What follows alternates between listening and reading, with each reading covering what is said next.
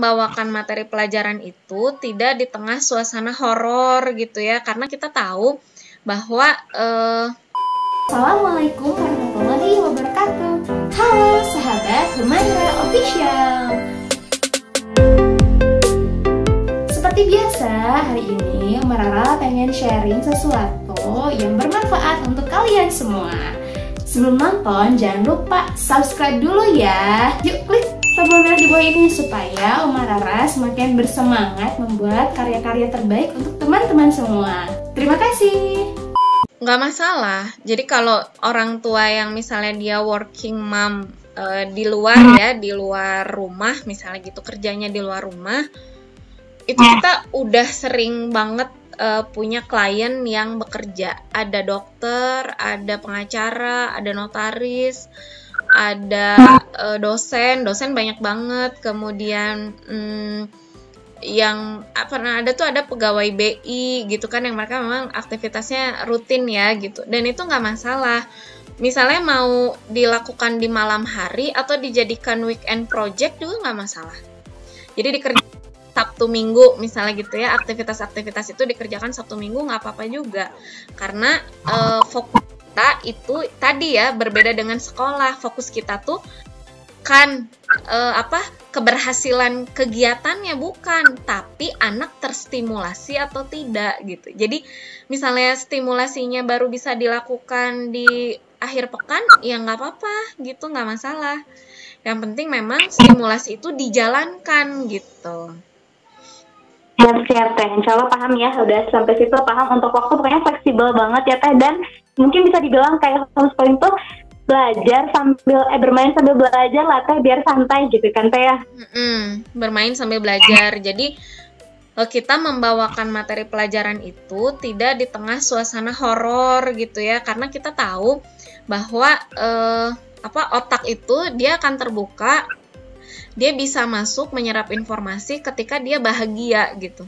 Makanya memang makanya kita tidak menganjurkan gitu untuk menjalankan kegiatan homeschooling ini kalau ibunya punya ambisi tertentu gitu. Misalnya saya pengen paling banyak tuh, paling sering misalnya saya pengen anak saya bisa selesai sekolah umur 10 tahun misalnya gitu, dia selesai SD. Memang nggak bisa dan nggak ada aturannya dari pemerintah. Jadi kalau misalnya mau lulus SD itu memang harus 12 tahun. Begitupun dengan kesetaraan gitu. Jadi misalnya kita homeschooling, kita ujian tetap harus 12 tahun, nggak bisa di bawah itu, nggak bisa gitu. Terus misalnya yang balita-balita misalnya gitu, kita selalu memotivasi orang tua untuk menikmati perjalanannya aja gitu. Jangan menganggap bahwa saya ketinggalan, saya ini, saya itu, ya kita berusaha untuk nggak seperti itu gitu. Kita lebih mendorong supaya setiap orang tua tuh menikmati perjalanan dengan anaknya gitu, bukan dengan orang lain. Ada dulu gitu ya Teh, nggak melihat tetangga itu ya, nggak melihat rumput tetangga. Seperti itu. Kalau gini Teh, misalkan nanti Rara ikut gitu kan. Contohnya Misalkan kan nanti pembelajaran itu hanya sekitar 20 menit kan, katakan 20 menit gitu. Mungkin jam 9 tuh udah selesai gitu kan, udah bikin laporan juga gitu. Jadi dari jam 9 sampai sore gitu kan, itu apakah ada tips bagusnya anak ini ngapain aja ya gitu, untuk mengatasinya gitu kan? Iya, nah karena tadi ya kita bukan cuma ngasih panduan kegiatan aja ya, tapi kita ada kelas konselingnya juga. Nah di situ nanti dikasih tahu juga apa sih stimulasi untuk anak usia segitu misalnya gitu ya, usia yang sesuai sama anaknya ya gitu. Karena ketika anaknya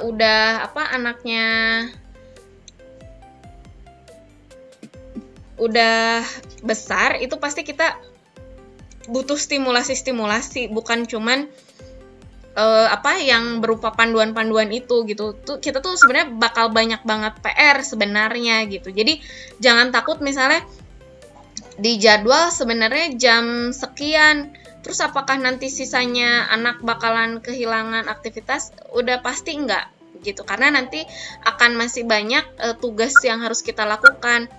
Jadi nanti ya untuk anak usia dini itu sama kita dikasih dikasih tahu apa sih yang harus jadi progres kita, apa yang harus jadi perhatian kita, itu adalah masalah pengelolaan emosi.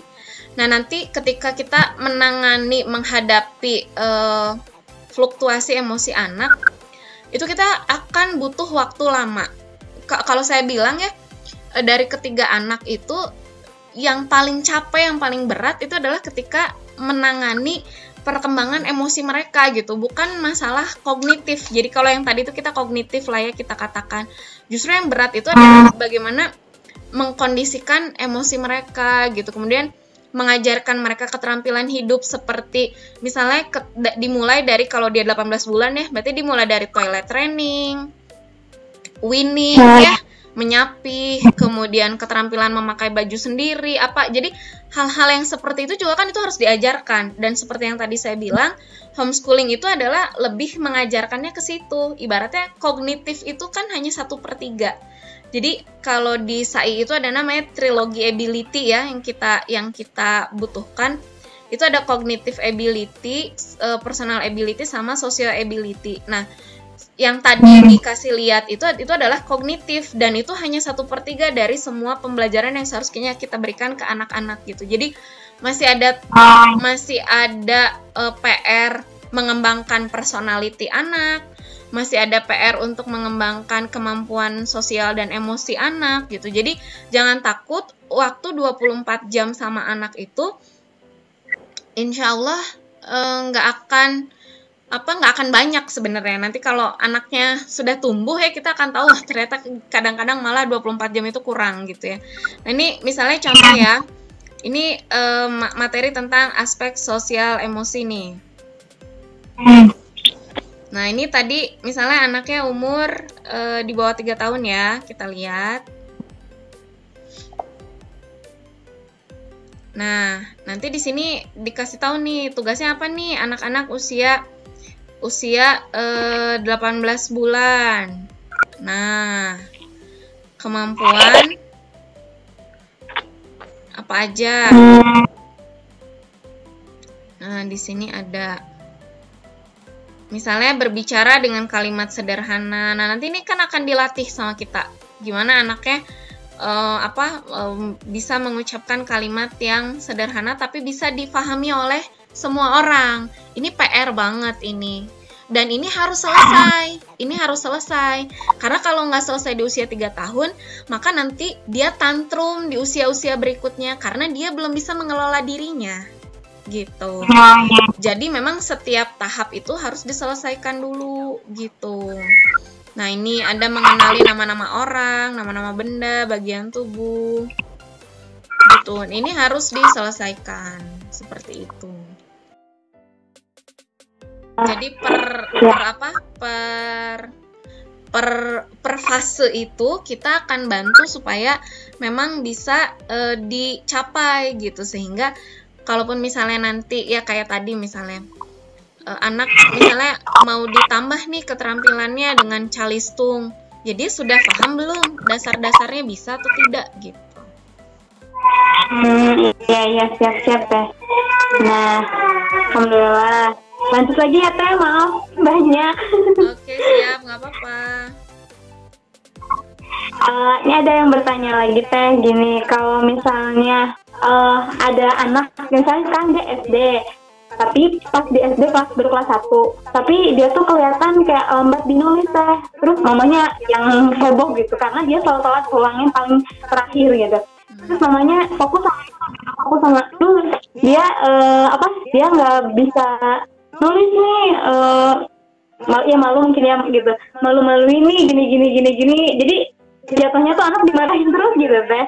Nah terus jadi kayak gimana kalau homeschooling aja, bisa jadi dia tuh memang pertumbuhan lebih dominannya bukan di situ dulu, tapi kalau dibaca, nonton, berbicara gitu Teh, kalau berbicara lebih suka. Nah itu gimana ya Teh mengarahkan orang tua yang belum tahu itu gitu Teh, yang belum tahu tentang homeschooling, tapi ya mungkin ya Yuli baru tahu sedikit lah gitu, dan Yuli mengarahkan ke homeschooling supaya biar anaknya juga nggak stres gitu, karena setelah sekarang ditanya ya dia kan sekolah di rumah, gimana enaknya sekolah di rumah sama di sekolah, enak di mana?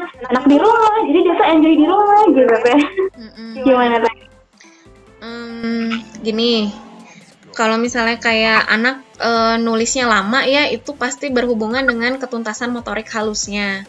Nah, jadi kalau misalnya anak masih kayak gitu, itu bukan kita nanya tentang cara mengatasinya, tapi bagaimana cara menstimulasinya. Jadi mungkin stimulasinya belum beragam dan dia belum selesai beberapa tugas perkembangan, sehingga memang kesulitan untuk mengikuti kegiatan belajar. Karena kegiatan belajar itu adalah suatu aktivitas yang sangat kompleks gitu. Dan itu tuh ada tahapannya gitu. Jadi kayak misalnya kayak tadi gitu ya, yang meremas gitu kan, kemudian menjemput benda gitu kan, itu tuh sebetulnya adalah tahapan-tahapan menuju kematangan belajar gitu. Jadi kalau misalnya memang ada anak-anak misalnya usia sekolah, dia kesulitan menangkap pelajaran atau mengikuti aktivitas belajar, itu bukan hanya bagaimana distimulasinya, tapi harus dicek juga bagaimana latar belakang tugas perkembangannya. Apakah sudah tuntas, apakah terpenuhi stimulasinya atau tidak gitu. Nah, kemudian yang kedua, kalau misalnya ada orang tua yang seperti ini gitu kan, itu kenapa gitu ya? Itu pasti yang pertama karena memang ketidaktahuan, mungkin ya kan, memang paradigma parenting itu tidak semua orang mendapatkan akses gitu. Kebanyakan orang tua itu menjalankan parenting itu sesuai dengan warisan yang diterimanya gitu. Jadi dia dulu dibesarkan dengan cara apa, dia menggunakan cara-cara itu untuk membesarkan anaknya. Biasanya kan gitu. Nah, jadi kalau misalnya ada orang tua yang seperti ini, pertama yang harus dilakukan adalah bukan bicara tentang homeschoolingnya, tapi bicara tentang apakah dia punya visi untuk mendidik anak-anaknya gitu. Kalau misalnya dia udah punya visi mendidik anak-anak, baru kita bicara tentang sebetulnya kebutuhan dasar anak tuh apa sih gitu. Nah, dari situ baru, karena nanti untuk ketika kita mau membuka diri untuk homeschooling itu bukan hanya tentang materi tentang homeschooling yang harus kita terima gitu. Tapi juga ini yang membedakan tadi ya dengan PJJ itu, yang berikutnya bukan hanya sekedar dari technically belajar, tapi yang berikutnya adalah paradigma pengasuhan gitu. Jadi kalau misalnya di homeschooling itu kita tidak memisahkan antara pendidikan dengan pengasuhan gitu. Kita nyambungin gitu ya, menyatukan bahkan gitu ya, menyatukan aktivitas mendidik dengan mengasuh gitu. Karena itu berarti kita butuh ilmu yang lainnya, yaitu tadi ilmu parenting itu gitu. Jadi kalau orang tua yang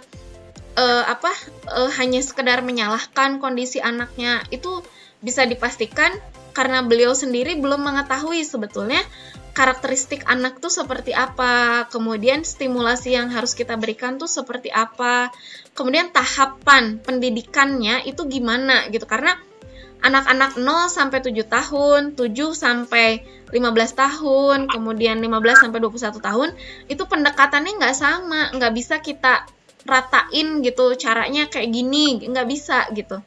Nah, karena itu memang kalau misalnya ada kasus, ada orang tua seperti ini, hal pertama yang harus kita lakukan adalah membangun kesadarannya untuk belajar, membuka diri untuk mengetahui paradigma parenting gitu. Jadi ya lumayan panjang ya TPR-nya berarti ya Teh. Ya karena memang ada yang namanya hutang pengasuhan ya. Kalau misalnya di 0 sampai 7 ada hal-hal yang belum selesai, ya otomatis harus dibayar gitu nanti di usia-usia anak berikutnya. Dan semakin nggak mau belajar, maka utangnya akan semakin besar. Iya betul Teh. Ya jadi ketika misal ketemu klien seperti itu, baiknya gimana ya Teh? Sarannya, ngasih saran gimana ya Teh? Pelajari parenting aja gitu ya, pelajari parenting, dan boleh kan kalau misalnya bisa kan kalau plus tambahan ke homeschooling juga, misal masih tetap belajar di sekolah dan plus homeschooling juga gitu. Bisa aja kalau orang tuanya mau, ya bisa aja. Cuman gini, tahapannya bukan cuma